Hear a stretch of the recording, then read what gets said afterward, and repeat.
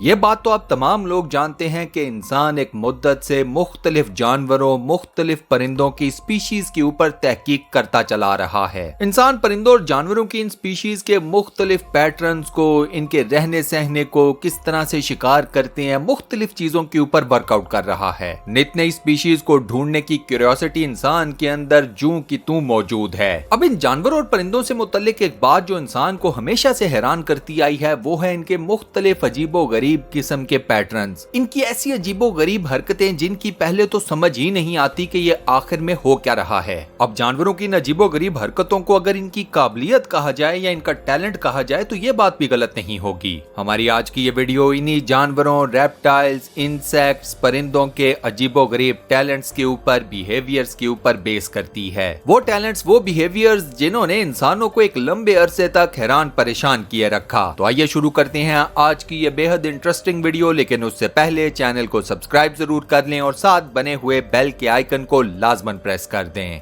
Strange animal behaviours की list में पहले नंबर पर है Ninja kangaroo rat. Kangaroo rat ने एक लंबे अरसे तक साइंसदानों को हैरान किए रखा। इस रोडेंट की पिछली दोनों टांगे अगली दोनों टांगों की निस्बत काफी ज्यादा लंबी और बड़ी होती हैं। इस फिजिकल अपीयरेंस की वजह से ये रैट कैंगरूज की तरह जंप लगाते हुए एक जगह से दूसरी जगह ट्रेवल करता है। ये आम रोडेंट्स की तरह अपने चारों पैरों को इस्तेमाल नहीं करता, बस सिर्फ पिछले दो पैर। इनका सर भी काफी ज्यादा लंबा होता है और इनके जिस्म की सबसे बड़ी स्पेशलिटी है इनकी काफी ज्यादा लंबी दुम। कैंगरू रैट की दुम उसके पूरे जिस्म से ज्यादा लंबी होती है। कैंगरू रैट की एक और खास बात ये है कि ये बिना पानी पिए काफी लंबा अरसा जिंदा रह सकता है। ये क्वालिटी जमीन के ऊपर बसने वाली किसी दूसरी स्पीशी में मौजूद नहीं है। आप हैरान होंगे कि एक कैंगरू रैट अपनी पूरी जिंदगी बगैर पानी पिए गुजार सकता है। इस रोडेंट की हियरिंग पावर या सुनने की एबिलिटी काफी ज्यादा स्ट्रॉन्ग होती है। इसके अलावा तमाम स्पीशीज में अगर सबसे ज्यादा तेज रिफ्लेक्सेस की बात की जाए तो उनमें ये रोडेंट भी आता है।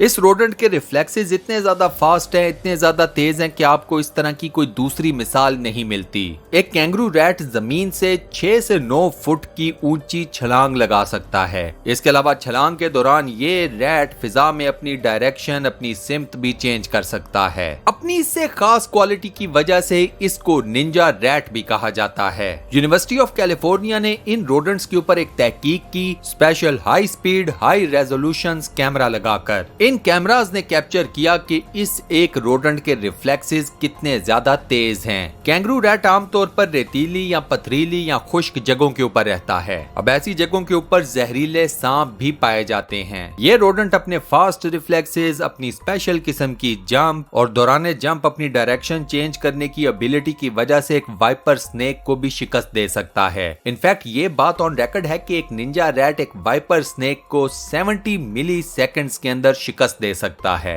अब ये 70 मिली सेकेंड की फुटेज अगर आप रियल में देखें तो आपको समझ ही नहीं आएगा कि ये अचानक एकदम हुआ क्या। ये सारा प्रोसेस आपको स्लो मोशन में देखना पड़ता है ताकि आपको पता चले कि इस छोटे से रोडेंट में कितने ज्यादा टैलेंट्स मौजूद हैं। इस छोटे से चूहे को देखकर वाइपर स्नेक इसका शिकार करने के लिए नहीं हिलता होगा। वो भी सोचता होगा कि बिला वजह में 70 मिली सेकेंड में जलील कर देगा, छोड़ो। आप दोस्तों का इस छोटे से चूहे के टैलेंट्स के बारे में क्या ख्याल है? मुझे अपना जवाब कमेंट सेक्शन में जरूर बताइएगा।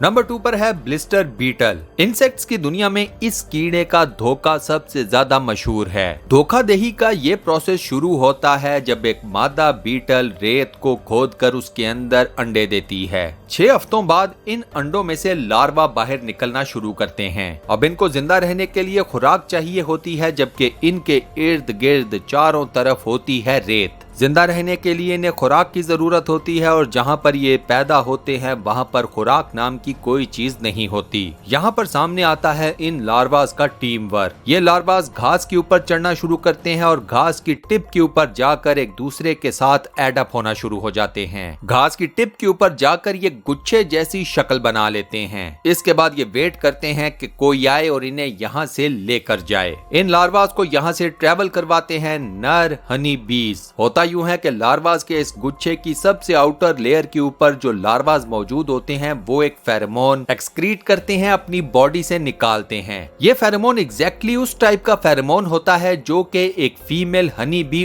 उस वक्त अपने जिस्म से छोड़ती है जब उसे मेल हनी बी के साथ मेटिंग करनी होती है। As a result male honey bee इस फेरोमोन की वजह से धोखा खा जाता है। वो लार्वास के इस फेरोमोन को किसी फीमेल हनी बी की तरफ से मेटिंग कॉल समझ लेता है। अब नर हनी बी इन लार्वास के गुच्छे के पास आता है और ये लार्वास इस नर हनी बी के ऊपर चढ़ जाते हैं। पहले तो नर हनी बी को ये जो वजन उसकी बैक के ऊपर आकर पड़ता है उसकी समझ नहीं आती। वजन की वजह से पहले तो वो जमीन के ऊपर आ गिरता है, लेकिन उसके बाद हिम्मत पकड़ता है और इस वजन के साथ फ्लाई करना शुरू कर देता है। अब जब इस नर हनी बी को मादा हनी बी मिलती है मेटिंग के लिए और ये दोनों मेटिंग स्टार्ट करते हैं तो ये तमाम लार्वास नर हनी बी की बॉडी को छोड़कर मादा हनी बी की बॉडी के ऊपर चढ़ जाते हैं। इसके बाद जब मादा हनी बी अपने नेस्ट की तरफ चली जाती है तो ये तमाम लार्वास उसके साथ उसके नेस्ट में पहुंच जाते हैं। इस नेस्ट में आकर इन तमाम लार्वास की जिंदगियां सिक्योर हो जाती हैं। यहाँ पर इनको खाने के लिए पोलन्स भी मिलते हैं, इसके अलावा मादा हनी बी के बच्चे और रहने को एक घर भी।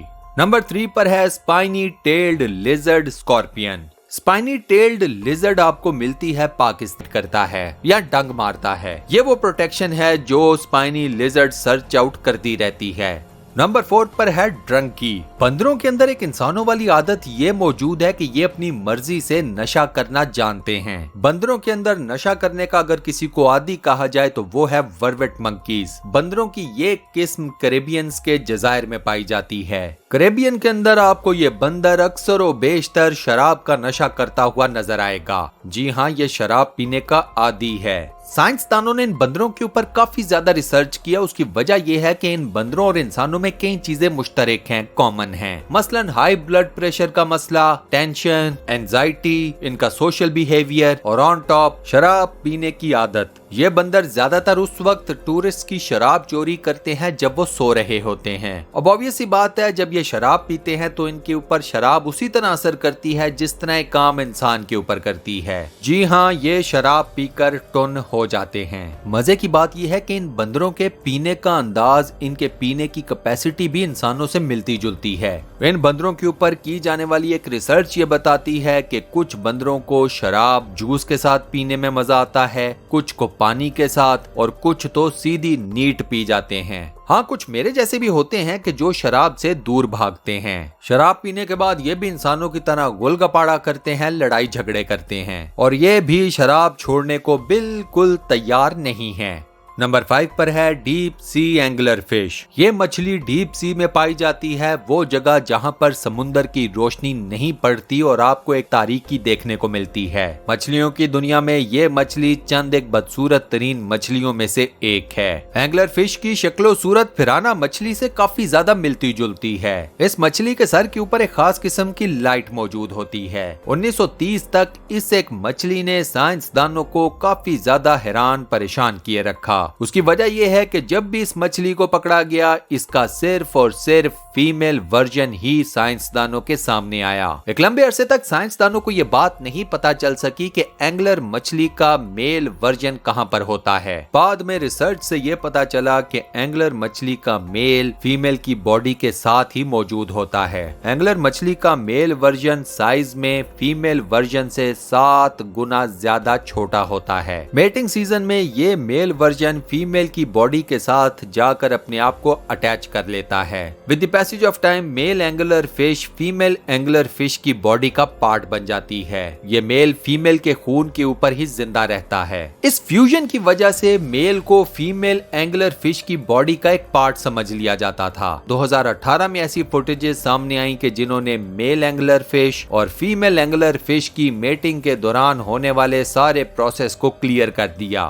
तो इस मछली का मेल वर्जन आप कह सकते हैं कि पैरासिटिक प्रॉपर्टीज रखता है और इसी के साथ दोस्तों हमारी आज की ये इंटरेस्टिंग वीडियो यहाँ पर होती है दी एंड। आज की वीडियो में मैंने आपको जो मुख्तलिफ जानवरों के अजीबोगरीब बिहेवियर्स या इंतहाई स्पेशल किस्म के टैलेंट्स दिखाए, उनमें कौन सा बिहेवियर, कौन सा टैलेंट आपको सबसे ज्यादा पसंद आया, मुझे अपना जवाब कमेंट सेक्शन में बताना मत भूलिएगा। इस वीडियो का फीडबैक लाजमन दीजिएगा। मुस्तकबिल में मजीद ऐसी इंटरेस्टिंग और फुल ऑफ नॉलेज वीडियोस देखने के लिए स्टूडियो वन चैनल को सब्सक्राइब करना मत भूलिएगा। मिलते हैं नेक्स्ट वीडियो में।